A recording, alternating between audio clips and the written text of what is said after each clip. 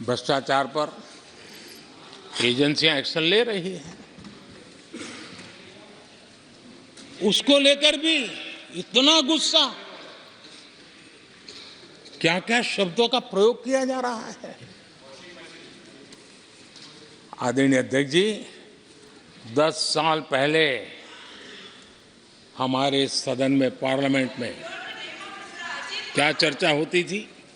सदन का पूरा समय घोटालों की चर्चा पर जाता था, भ्रष्टाचार की चर्चा पर जाता था, लगातार एक्शन की डिमांड होती थी। सदन यही मांग करता रहता था, एक्शन लो, एक्शन लो, एक्शन लो। वो कालखंड देश ने देखा है, चारों तरफ भ्रष्टाचार की खबरें रोजमर्रा। और आज जब भ्रष्टाचारियों पर एक्शन लिया जा रहा है तो लोग उनका समर्थन में हंगामा करते हैं। आदरणीय अध्यक्ष जी, इनके समय में एजेंसियों का सिर्फ और सिर्फ राजनीतिक उपयोग के लिए उपयोग किया जाता था, बाकी उनको कोई काम करने नहीं दिया जाता था। अब आप देखिए उनके कालखंड में क्या हुआ। पीएमएलए एक्ट के तहत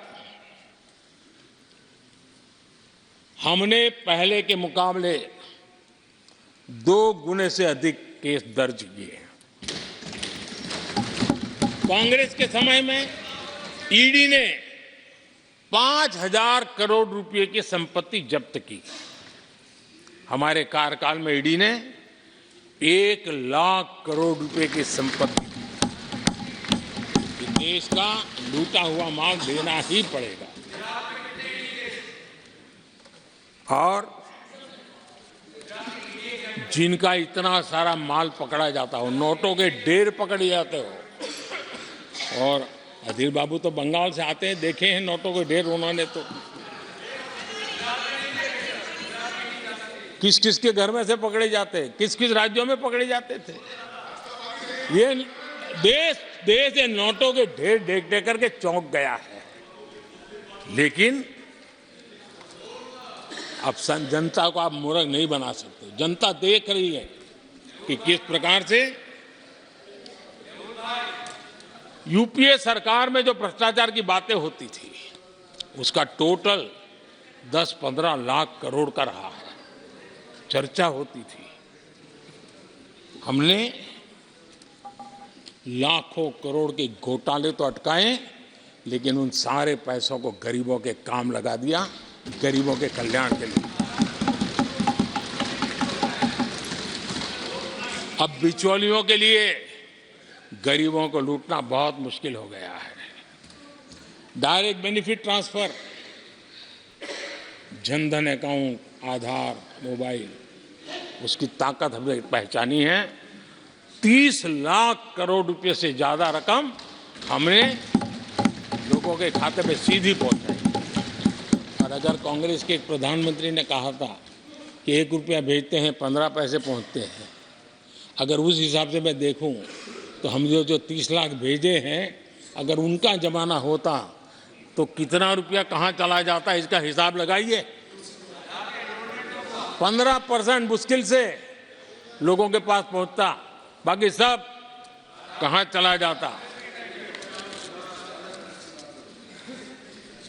आदरणीय अध्यक्ष जी, हमने 10 करोड़ फर्जी नाम हटाए हैं।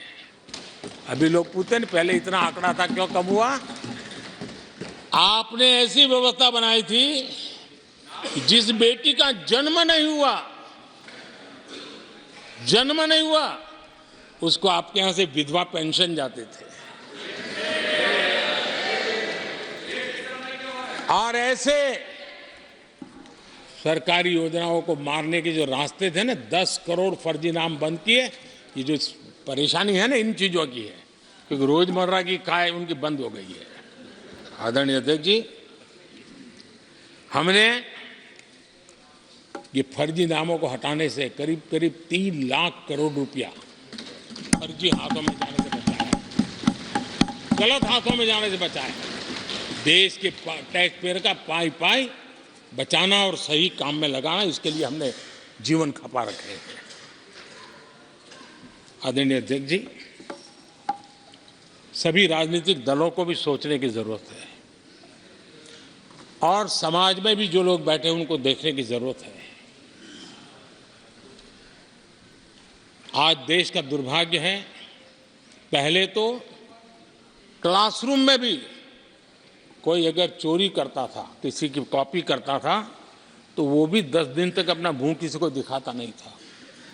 आज जो भ्रष्टाचार के आरोप जिन पे सिद्ध हो चुके हैं, जो जेलों में समय निकाल करके पैरोल पर आए, आज वॉशिंग मशीन से भी बड़ा कंधे पे लेकर के महिमा मंडन कर रहे हैं ऐसे चोरों का सार्वजनिक जीवन में।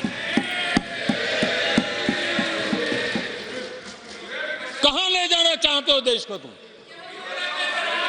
जो सजा हो चुकी है, मैं ये तो समझता हूं कि आरोप जो है उनके लिए तो आप सोच सकते हैं, लेकिन जो गुनाह सिद्ध हो चुका है, जो सजा काट चुके हैं, जो सजा काट रहे हैं, ऐसे लोगों का महिमा मंडन करते हो आप? कौन सा कल्चर और देश की भावी पीढ़ी को क्या प्रेरणा देना चाहते हो आप? कौन से रास्ते और ऐसी कौन सी आपकी मजबूरी है?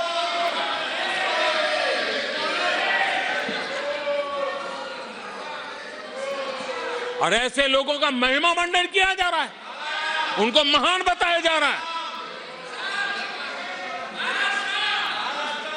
जहां संविधान का राज है, जहां लोकतंत्र है, माननीय अध्यक्ष जी, ऐसी बातें लंबी नहीं चल सकती हैं। ये लोग लिख करके रखें, ये जो महिमा मंडन का काम चल रहा है उनका, वो अपने ही खात्मे की चिट्ठी पे सिग्नेचर कर रहे हैं लोग।